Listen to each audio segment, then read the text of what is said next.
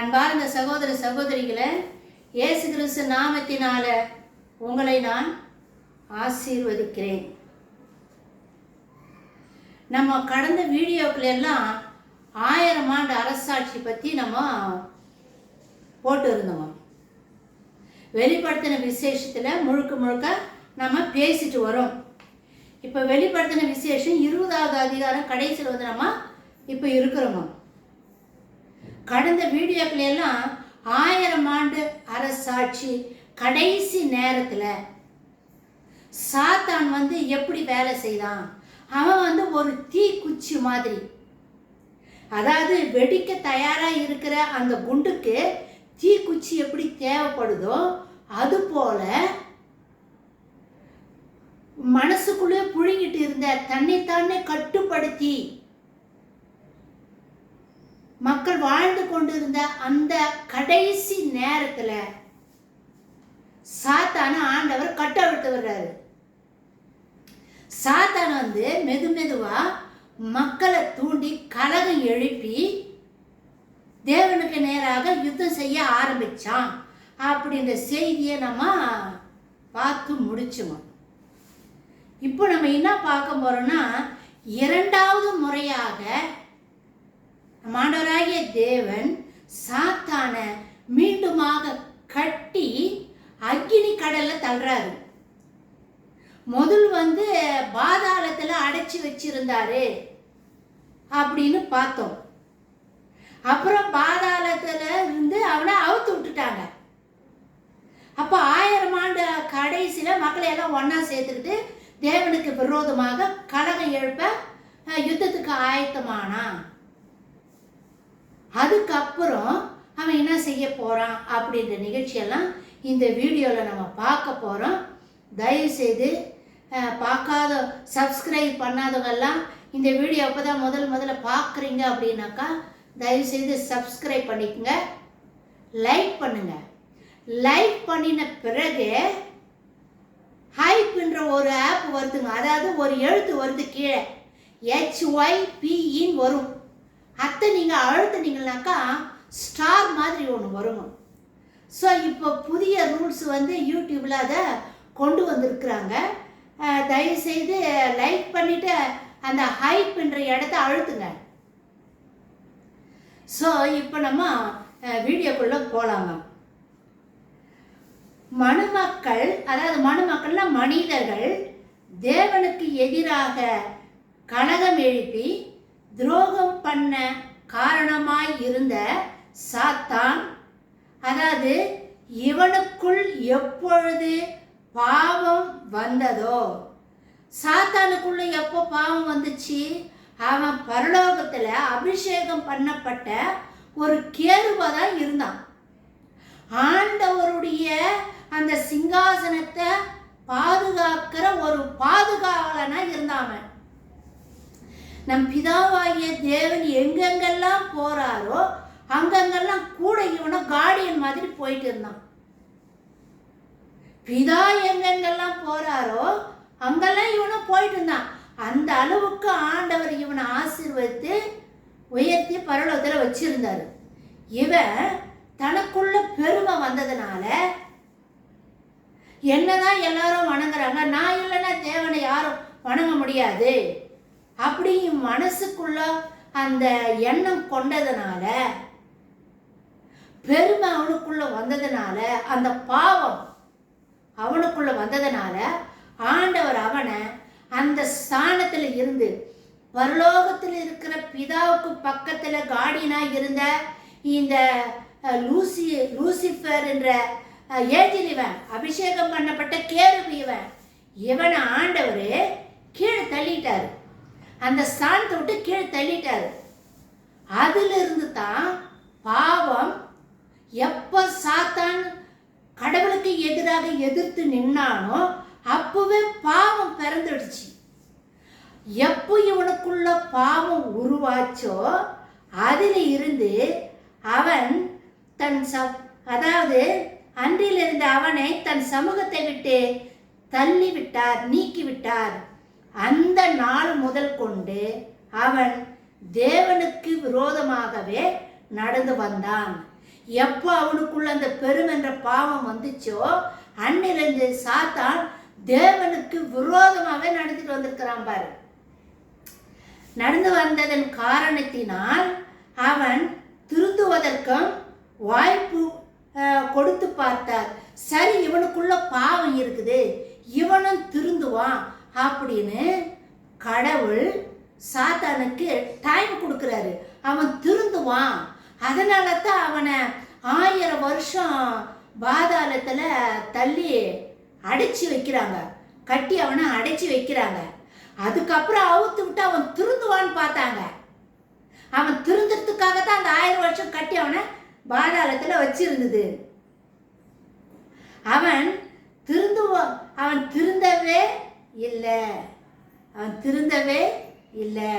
அவன் எடுத்த எல்லா முயற்சிகளிலும் அவன் எப்பப்பா தேவனை எதிர்த்தானோ அன்னிலிருந்து 1000 வருடம் கடைசி வரைக்கும் அவன் எடுத்த எல்லா முயற்சிகளும் தோல்வியிலேயே போய் முடிஞ்சிச்சு. ஒன்று கூட அவன் வெற்றி பெறல. அவன் எடுத்த எல்லா முயற்சிகளிலும் சாத்தான் தோல்வி அடைந்தவனாகவே காணப்பட்டான். தேவனை எதிர்த்து அவனால் ஜெயம் பெற முடியவில்லை. கடைசியாக 1000 வருட முடிவில் அவனை மீண்டுமாக கட்டி இப்பொழுது அக்கினி கடலுக்கு அனுப்பிவிடுவார். சான்ஸ் கொடுத்து பார்த்தாரு. 1000 ஆண்டு கட்ட அழுத்துட்டு பார்த்தாரு. வந்தான், பூமிக்கு வந்தான். திருந்துற மாதிரி தெரியல. மக்களை எல்லாம் ஒன்றா கூட்டிக்கிட்டு கடவுளுக்கு எதிராக, அதாவது இயேசு கிறிஸ்துக்கு எதிராகவும் ரட்சிக்கப்பட்ட மக்களுக்கு விரோதமாகவும் கலகம் எழுப்புறதுக்காக, சண்டை உண்டு பண்ணுறதுக்காக மக்கள் எல்லாரையும் ஒன்றா சேர்த்துக்கணும். இவன் ஒன்றா சேர்த்துக்கணும். முதலில் அவனை பாதாளத்தில் அப்படி இவன் கலகம் எழுப்பி கடவுளுக்கு எதிராக சண்டை போட ஆரம்பிச்சான் பார். 1000 ஆண்டு அரசாட்சி கடைசியில அப்ப ஆண்டவர் இவனை என்ன பண்றாருன்னா, இவனை 2வது முறையாக கட்டி அக்னி கடல்ல தள்ளுறாரு. முதல் இவனை எங்க வச்சிருந்தாரு? 1000 வருஷம் பாதாளத்துல வச்சிருந்தாரு. இப்போ 1000 வருஷம் முடிஞ்சு அந்த கடைசி நேரத்துல இவனை கட்டி மீண்டுமாக கட்டி அக்னி கடல்ல தள்ளுறாங்க. அக்னி கடல் தான் சாத்தானுக்காக உருவாக்கப்பட்ட ஒரு இடம். அந்த இடத்துல ஏற்கனவே அந்தி கிறிஸ்துவும் கள்ள தீர்க்கதரிசியும் அக்னி கடல் இருக்கிறாங்கன்னு ஏற்கனவே நம்ம பல வீடியோக்கள்ல பார்த்துருக்குறோம். ஏற்கனவே அவங்க அக்னி கடலுக்கு போயிட்டாங்க. கள்ள தீர்க்கதரிசியும் அந்தி கிறிஸ்துவும் போயிட்டாங்க. இப்போ கடைசியா இந்த லூசிபர் பிசாசு, இந்த வலு சர்வம் ஆண்டவர் கட்டி அக்னி கடல்ல போட்டுடுறாரு. அப்படி போட்டுட்ட பிறகு இப்பொழுது இயேசுவும் ரட்சிக்கப்பட்ட மக்கள் கூட்டமும் மீண்டும் பரலோகத்துக்கு போய் விடுவார்கள். இந்த மாதிரி இந்த பொல்லாத பிசாசு மக்கள் எல்லாரையும் ஒன்னா சேர்த்துக்கிட்டு ஆங்காங்கே உலகம் முழுசும் ஆங்காங்கே எங்கெல்லாம் பரிசுத்தவான்கள் இருக்கிறாங்களோ அங்கெல்லாம் இவனுடைய ஆட்களை ஒன்னா சேர்த்து எதிர்க்க சண்டை போட ஆரம்பிச்சான். இப்ப ஆண்டவர் என்ன பண்ணாரு? இவனை பிடிச்சி இவன் இப்படி சண்டை போடுறான், கலகத்தை எழுப்புறான், பிரச்சனை பண்றான் அப்படின்னு நினைச்ச ஆண்டவர் இவனை முதல்ல கட்டி அக்னி கடல்ல போட்டாங்க. இப்ப யார் இருக்குது? இயேசுவும் அவரை சேர்ந்த பரிசுத்தவான்களும் இருக்கிறாங்க, மிச்ச ஜனங்களும் இருக்கிறாங்க, சாத்தான் கூட்டத்தை சேர்ந்த ஜனங்களும் இருக்கிறாங்க. இப்ப ஆண்டவர், நம்ம ஆண்டவராகி இயேசு கிறிஸ்து அவரும் அவருடைய மனவாட்டியும் மீண்டும் பரலோகத்துக்கு போயிடுறாங்க. 1000 ஆண்டு கடைசி நேரத்துல இயேசுவும் மனவாட்டியும் பரிசுத்த ஆவியானவரும் பரலோகத்துக்கு போயிடுறாங்க. அப்படி பரலோகத்துக்கு போயிட்டாங்கன்னாக்கா மிச்சம் யார் இருக்கிறது? சாத்தான் கூட்டத்தை சேர்ந்த மக்கள் இருக்கிறாங்க. ஏன்னா அவனோடு கூட சேர்ந்து கடவுளுக்கு விரோதமாக யுத்தம் பண்ண ஆரம்பித்தாங்க பார்த்தியா, அந்த கூட்டமும் இருக்குது. இது இல்லாமல் 1000 வருட ஆட்சியில் நீதிமான்களாய் இருக்கிறவங்களும் இருக்கிறாங்க, நீதிமான்களும் இருக்கிறாங்க. இப்போ 1000 வருட கடைசியில் இருக்கிற மக்கள் கூட்டத்தில் இப்போ நீதிமானும் இருக்கிறாங்க, ரட்சிக்கப்படாத மக்களும் 1000 வருஷ ஆட்சியில் இருக்கிறாங்க. சாத்தான் இப்ப இல்ல, சாத்தானை பிடிச்சி கட்டி போட்டாரு. இயேசுவும் அவர் சேர்ந்த மணவாட்டியும் பரலோகத்துக்கு போயிட்டாங்க. இப்ப மிச்சம் இருக்கிறவங்க கைவிடப்பட்டவங்க, அதாவது சாத்தான் கூட்டத்தை சேர்ந்த பாவிகள், கடவுளுக்கு விரோதமாக இருக்கிறவங்களும் இருக்கிறாங்க, நீதிமான்களும் இருக்கிறாங்க. ஸோ இயேசு கிறிஸ்து மணவாட்டியை கூட்டிக்கிட்டு பரிசுத்த ஆவியானவரும் மணவாட்டியும் இயேசு கிறிஸ்து பரலோகத்துக்கு 1000 வருட கடைசியில் போயிடுவாங்க. போயிட்டு பிறகு கொஞ்ச காலத்துக்கு அப்புறம் 1000 வருஷத்துல நீதிமான்களா இருந்தாங்க பாரு, அவங்க கண்ணிமிக்கிற நேரத்துல அவங்களும் மறுரூபமாக்கப்பட்டு பரலோகத்துக்கு போயிடுவாங்க. எப்படி வானத்துல தேவ தூதன் வந்து எக்காலத்தை ஊதப்படும் பொழுது கல்லறைகள் திறக்கப்பட்டு பரிசுத்தவான்களுடைய சரீரம் உயிர் பெற்று முதல்ல போயிடுச்சு. ரெண்டாவது, இந்த பூமியில இருக்கிற பரிசுத்தவான்கள், அதாவது பரிசுத்தமா வாழ்ந்திருந்த உயிரோடு இருக்கிற மக்கள் இமை பொழுது மறுரூபமாக்கப்பட்டு பரலோகத்துக்கு எடுத்துக்கொள்ளப்படுவாங்க. இதுதான் முதலாம் உயிர்த்தெழுதல், இதுதான் முதலாம் உயிர்த்தெழுதல். இப்போ 1000 ஆண்டு கடைசி நேரத்துல சாத்தானை பிடிச்சி அக்னி கடல்ல போட்டுட்ட பிறகு சாத்தான் கூட்டத்தை சேர்ந்தவங்க இருக்கிறாங்க பாரு, அவங்களும் இருக்கிறாங்க, நீதிமான்களும் இருக்கிறாங்க. இந்த நீதிமான்களை ஆண்டவர் கண்ணிமைக்கிற நேரத்துல மறுரூபமாக்கப்பட்டு பரலோகத்துக்கு எடுத்துக்கொள்ளப்படுவாங்க. இது வந்து இரண்டாவது ராப்சர், இரண்டாவது எடுத்துக்கொள்ளப்படுதல். முதல்ல வந்து கல்லறைகள் திறக்கப்பட்ட பிறகு முதலாம் உயிர்த்தெழுதல்ல பரிசுத்தவான்கள் இந்த பூமியிலிருந்து உயிரோடு எழுந்து போனவங்க. 1000 ஆண்டு ஆட்சி கடைசியில நீதிமான்களாய் வாழ்ந்திருந்தவங்க, 1000 வருஷத்துல நீதிமான்களாய் வாழ்ந்து இருந்தவங்க, அந்த நேரத்துல அவங்க மறுரூபமாக்கப்பட்டு பரலோகத்துக்கு போயிடுவாங்க. இது வந்து இரண்டாவது ராப்சர், இரண்டாவது எடுத்துக்கொள்ளப்படுதல். இப்ப பூமியில யார் இருக்கிறது? இயேசுவும் இல்லை, மணவாட்டியும் இல்லை, பரிசுத்த ஆவியானவரும் இல்லை, 1000 வருஷத்துல வாழ்ந்த நீதிமான்களும் இல்லை. சாத்தானையும் பிடிச்சி அக்னி கடல்ல போட்டாரு. இப்ப மிச்சம் இருக்கிறவங்க 1000 வருஷத்துல கெட்டு போன பாவிகள், தேவனுக்கு விரோதமாக எழுப்பி கலகம் பண்ணாங்க பாரு, அவங்க மட்டும்தான் இருக்கிறாங்க. இப்போ கடவுள் என்ன செய்யறார் பார்ப்போம். மீதியா இருக்கிற கைவிடப்பட்ட மக்கள் சாத்தானோடு சேர்ந்து தேவனுக்கு விரோதமாகவும்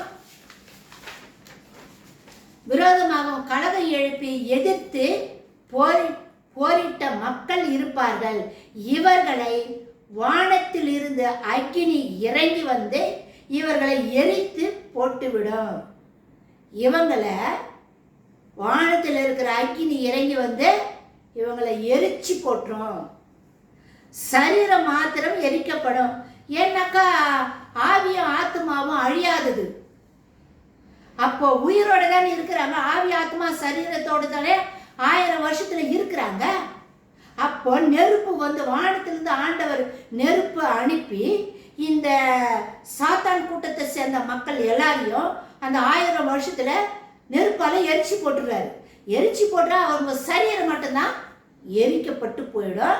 அவங்க ஆவி ஆத்மா பாதாளத்துக்கு போயிடும். ஏற்கனவே உயிர் தெழாதவங்க இருக்கிறாங்க பத்தியா, பாவிகள் உயிர் தெழ மாட்டாங்க. அவங்க எங்க இருக்கிறாங்க? பாதாளத்துல தான் இருக்கிறாங்க. அந்த இடத்துக்கு இந்த 1000 ஆண்டு ஆட்சியில் வாழ்ந்த கடைசியில் தேவனுக்கு எதிர்த்து நின்ன மக்கள் எல்லாரும் நெருப்பால் எரிக்கப்பட்டு அவங்க ஆவி ஆத்மா பாதாளத்துக்கு போயிடும். இப்போ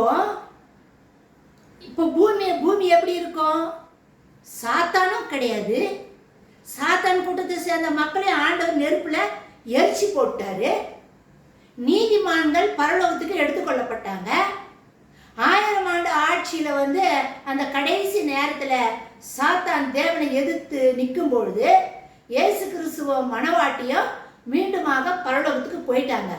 இப்போ மிச்சி இருக்கிற அந்த பாவிகளை நெருப்பால எரிச்சு போட்டாரு.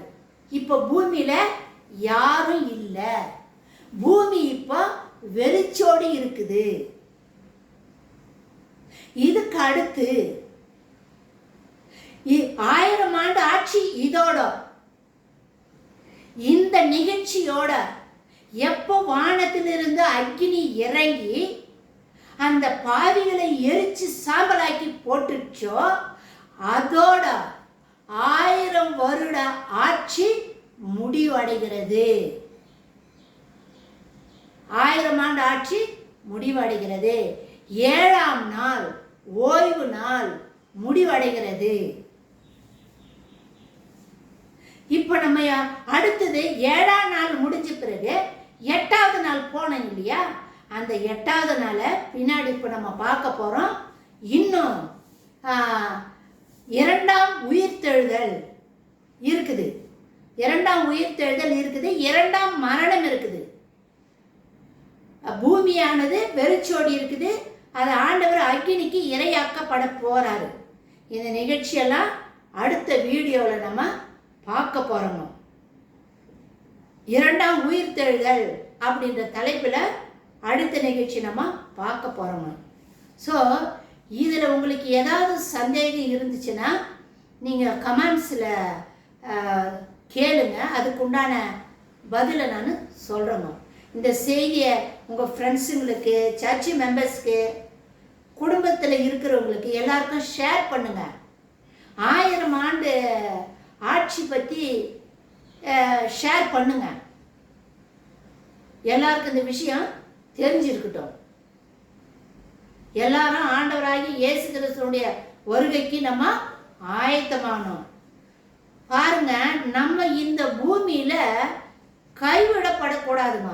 முதலாம் உயிர்த்தெழுதல போயிடணும். முதலாம் உயிர்த்தெழுதலுக்கு பங்குள்ளவன் பாக்கியவான்னு சொல்லிட்டு வேதத்துல எழுதியிருக்குது. அதனால அஜாகிரதையா நம்ம இருக்கக்கூடாது. ஏனோ தானோன்னு இருக்கக்கூடாது. திருட எந்த நேரத்தில் வரான்னு சொல்லிட்டு தெரியாது.